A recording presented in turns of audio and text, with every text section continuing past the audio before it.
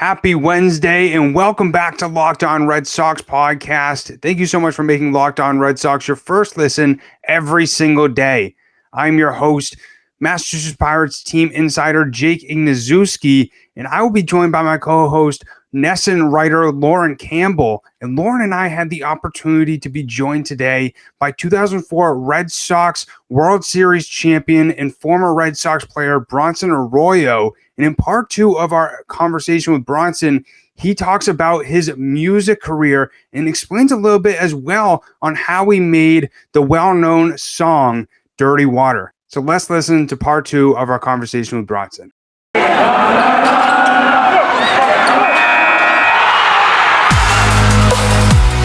You are Locked On Red Sox, your daily Boston Red Sox podcast. Part of the Locked On Podcast Network, your team every day.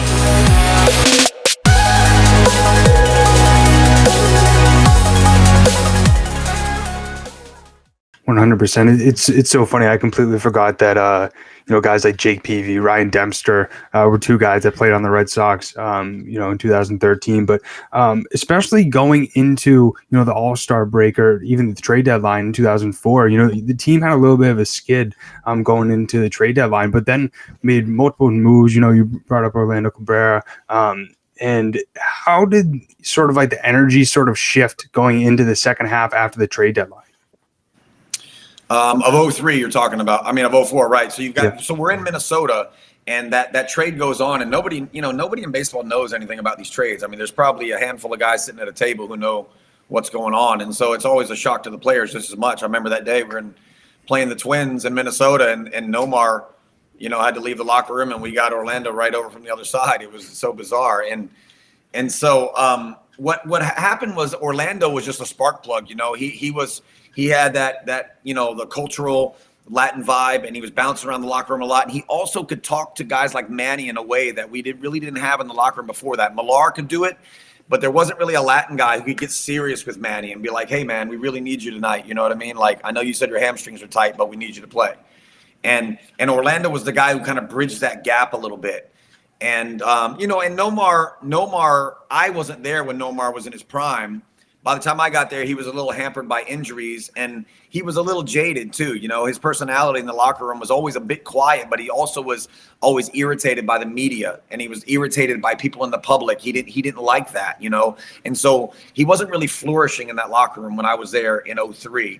And so to get Orlando in 04, we didn't really know what his play was like. I didn't know, right off the bat, how vital he would be, being so scrappy at the plate and being a very intuitive infielder, but we just knew that you were getting a personality, that was going to be probably a little more upbeat. And as time went on, if you watch those series, as the season's ending and we go into the playoffs, Orlando was as big a part of that run as anybody on the club.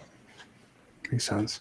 Yeah, that's also so good to hear. And shifting kind of away from baseball, what people may or may not know is that you also are a musician, and that you play guitar, you've had albums.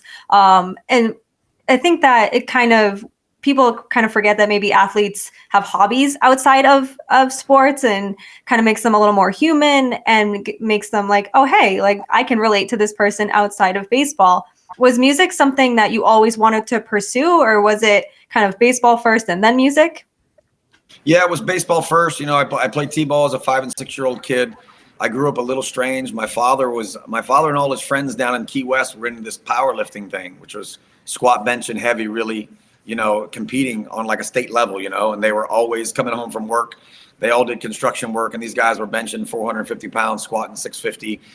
And so I observed that as a kid, and when he realized how naturally gifted I was with hand-eye coordination, he wanted to put me in the weight room. So I grew up very strange, where I'm 6, 7, and 8 years old, and I'm pushing really heavy weight in the weight room all through high school. And so that kind of ask me the question one more time. Was music something you always wanted to pursue? Sorry. Like, was it music, baseball? So baseball was first, and I didn't really think about music at all. Although my grandmother down in Key West was a music teacher, and there was music in the house every night, like an orchestra being played, cellos and violins and everything, but I didn't gravitate towards it. But I was 22, I was in AA with the Pirates, and somebody gave me an acoustic guitar. And right about a year before that, I started singing karaoke a little bit, like Red Hot Chili Peppers and Stone Temple Pilots. And people were saying to me, like, oh, that sounds pretty good. And so I got this guitar, and I thought, I want to see if I can make this thing go. And so I just started teaching myself. And really quickly, I realized it was the only thing in my life other than baseball that made me feel like, I couldn't put it down. And so the music thing is a slow turn. This is 1998 or 99, I get the guitar in Altoona, Pennsylvania. And so it's probably 2003, my first spring training with the Red Sox. I play at an open mic night. It's me, my agent, and an 18-year-old John Lester. Oh my goodness. And it's us three in a little restaurant right there in the middle of Fort Myers. And I play 2 or 3 songs, and we're rotating of the people who are in there playing. And that was the first time I'd ever been in public and played the guitar. And slowly it just turned into, wanting a little bit more out of it. But I can remember in the early days, even in Pittsburgh, sitting on my rooftop in downtown Pittsburgh and being like, I don't know what I'm going to do with this thing. And I know somebody's going to listen to me one day. I don't know if it's going to be 10 people in a bar or if it would be at a show. But I felt like that I was going to manifest, playing music for people. And, and I just kept at it and kept at it and kept at it. And over time, it just becomes more and more of a thing because you get better at it. And there's so many layers to it. It's just like pitching. And what you think is the Holy Grail might be throwing hard, but you realize that guys with command and being able to make shapes mean a lot more. And so playing the guitar, right now I'm trying to figure out for the very first time, I've been playing for over 20 years, is how to sit in a restaurant and play quiet for people. How do you play quiet but still give them the same melody and feel like they're going to feel the music, but that you're not just ripping their head off like you would at a live show, And so there's so many different facets to it. It's still, amazing to me. And I sit in the basement. I'm down here in my basement. I played for 2.5 hours today. It's just like, you're taking song by song and trying to like decode them and find a way to make them feel good.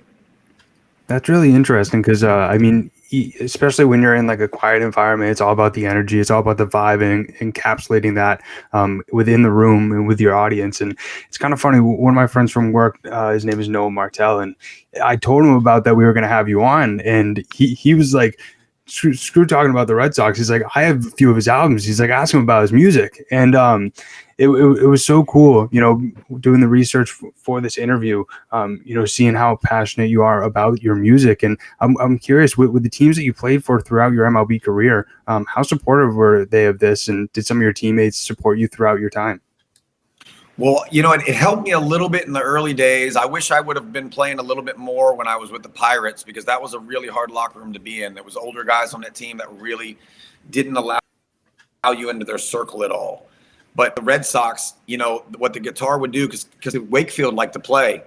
So if a guy like Tim Wakefield would take interest in me because he wanted to learn more on the guitar, because maybe I knew more, or because he just wanted to collaborate with me, it then immediately kind of stamped like leave Bronson alone to some of the older guys, right? Because there was this pecking order and this hazing that would go on. And so it gave me a little bit of a foot in sometimes. And especially late night at the hotels, if people found out you could come to a room and entertain people for a little while, it would take the edge off you being a young guy and being kind of pushed out of the inner circle. So that was great in the early years. And then by the time I got to be, seasoned and be in Cincinnati, then I started playing real shows out and stuff. I think the Diamondbacks were probably the organization that really enjoyed it the most. They would set up shows for me after the game outside the stadium, and we'd play to the fans, with a full band sometimes. They really embraced their fan base. When I was with the Red Sox, Theo actually made me stop playing. We hope you are enjoying our conversation with World Series champion Bronson Arroyo. We will get you right back to our conversation in our second segment of Locked On Red Sox. As always, thank you for making Locked On Red Sox your first listen of every single day. But I want to tell you about Built Bar. You know me by now. You know how much I absolutely love Built Bar. And now that it's the new year, that means some New Year's resolutions are starting to kick in. And if yours is about getting fit, maybe eating a little bit healthier, make sure you include Built Bar in your plan. Built Bar is the best protein bar that tastes like a candy bar. Doesn't have that chalkiness, maybe that cardboard taste that some other protein bars have. and it makes it easy to stick to your resolution because it tastes so good. You will want to eat it, unlike those other protein bars, like I said, that can be a little chalky, a little cardboardy, maybe even a little waxy. It's just not good. Built Bar is not like that at all. There are so many flavors to choose from. There's raspberry, double chocolate, mint chocolate, and my favorite, cookies and cream. And Built Bars are covered in 100% real chocolate. So by like week 3 of your resolution, when eating healthy is getting a little bit tricky, you kind of thinking, where's the chocolate? Built Bar. Built Bar is where the chocolate is at.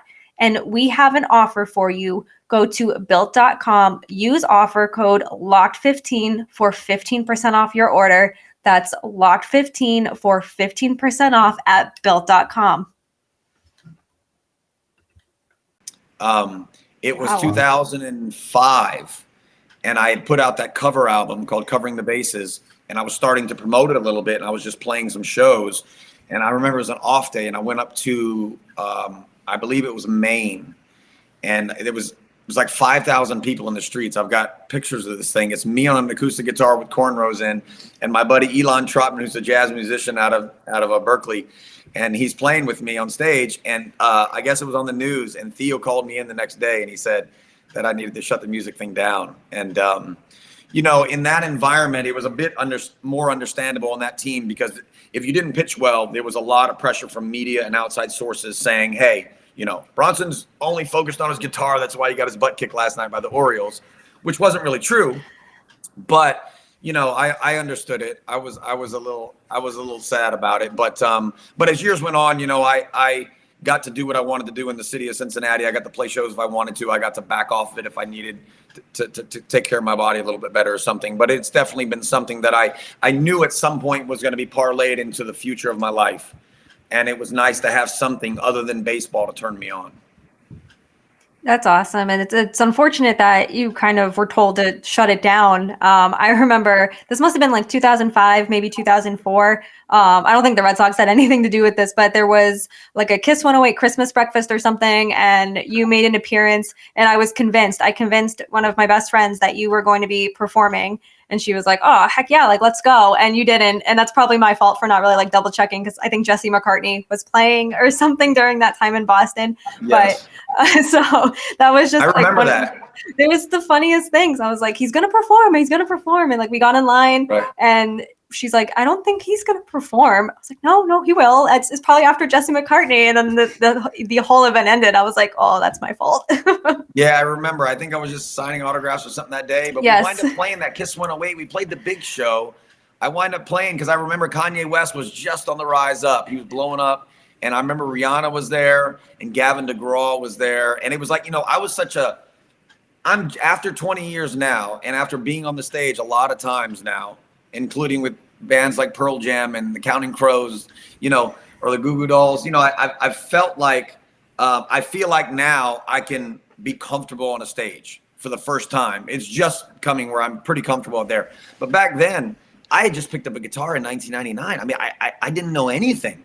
And so to sit up on a stage and play, after Gavin DeGraw just destroyed it, it was like, it was definitely, a new experience, and something that I wouldn't even want to see that stuff back on video recording, because it would not be comfortable, even trying to sing those songs back then. But I do remember that Kiss 108 thing. And if I hadn't ventured out to really just kind of stick my neck out and be like, I'm going to try this thing out, I wouldn't be where I am today. So it was definitely all worth it. But back then I was so green. It was like, my friends would come from high school and they'd be like, you're playing a show tonight? They're like, when did you pick up the guitar? Like they wouldn't even have any idea that I was even playing music. It's funny how you can kind of keep that part from your friends when you're like, you're just trying to figure it out. And if it's something you kind of want to pursue and your friends are like, wait a second, like, you're going to actually do this. You mentioned Covering the Bases, and there's a lot of amazing cover songs on there. How did you decide on those songs to cover? That was so the off season after the 2004. I remember we just won the World Series. I was taking the trophy to quite a few places. I was a young guy. Some of the older guys didn't want to take the trophy to different state houses or whatever. So I wound up doing a lot of that stuff. And I got this call from a guy I didn't know. He was a producer, and he said, I read an article about you in the paper, that Millar said you were like a jukebox and that you had all these songs you would play in the clubhouse. He said, I want to know if you want to make a record with some of the greatest musicians that have ever walked the earth. And I said, I don't think I have time, to write original music. I've never written original music. And he said, no, I want you to pick 12 songs that you really dig. And he said, I'm going to bring in these musicians and I'm going to send you their names. And he said, look, Google them. And it wound up being Kenny Aronoff, who was John Mellencamp's drummer way back in the day. Just saw him on TV the other day doing the Dolly Parton, playing with Dolly. I've seen him with Paul McCartney.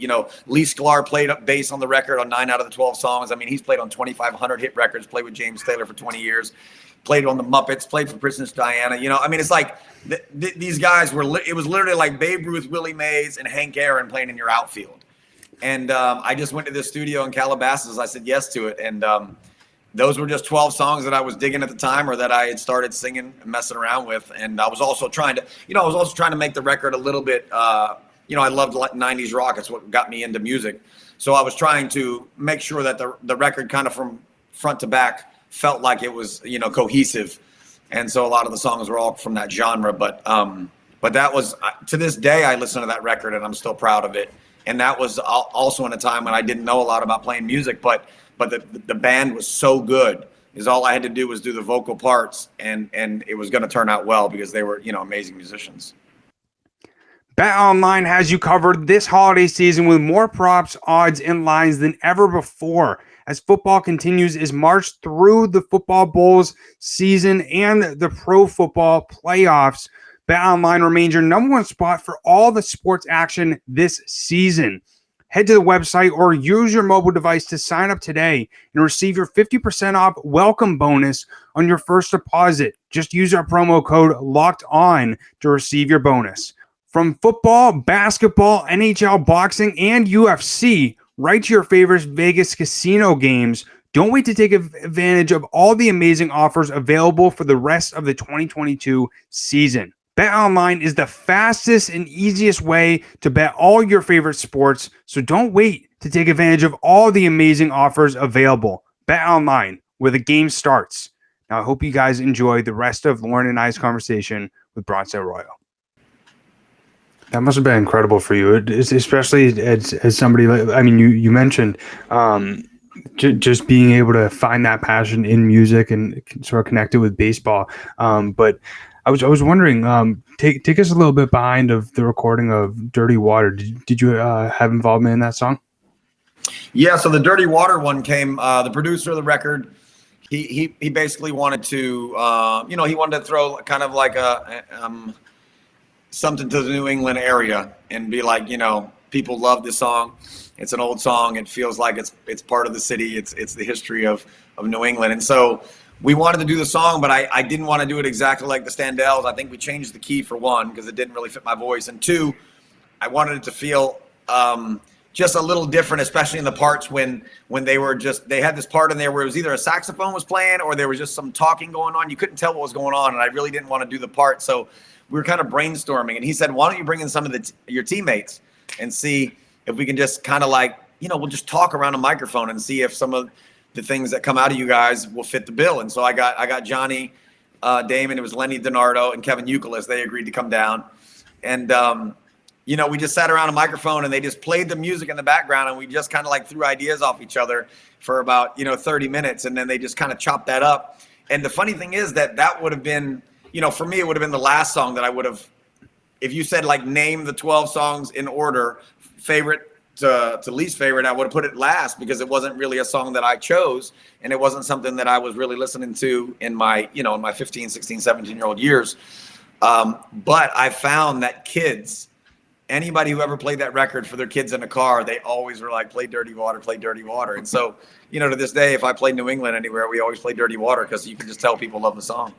It's like a national anthem here in Boston. Yeah.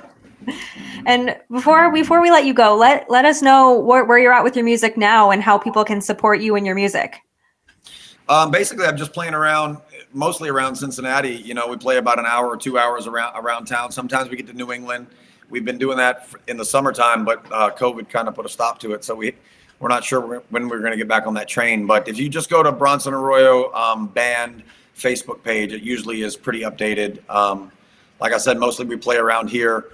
I would love to go play a little bit more like in Florida or different places, but it's hard to get people to come out. I mean, we've been probably getting about 250 people to come out to listen to shows most of the time around here. And, I've been with guys who have 5 top 10 hits on the radio who are bringing out 150 people a night. It's really tough unless you're at the very top of the food chain, you're the Foo Fighters or you're the Rolling Stones, to really, fill a place up. But, the music is always there. I mean, if I sit in a coffee shop and play, it's just as fun for me as if we're playing for, we opened up for Darius Rucker the other day here at a high school, played for 13,000. And to be honest with you, sitting on a stool inside of a dive bar is more fun sometimes than doing that. So for me, it's fulfilling to play by myself around a campfire for my friends, just to record stuff for fun. We have a good time. But if you want to try to find the band somewhere, it's on the Bronson Arroyo band Facebook page. Awesome. Thank you so much, Bronson, for your time and the conversation we had today. We truly appreciate it. Can't thank you enough.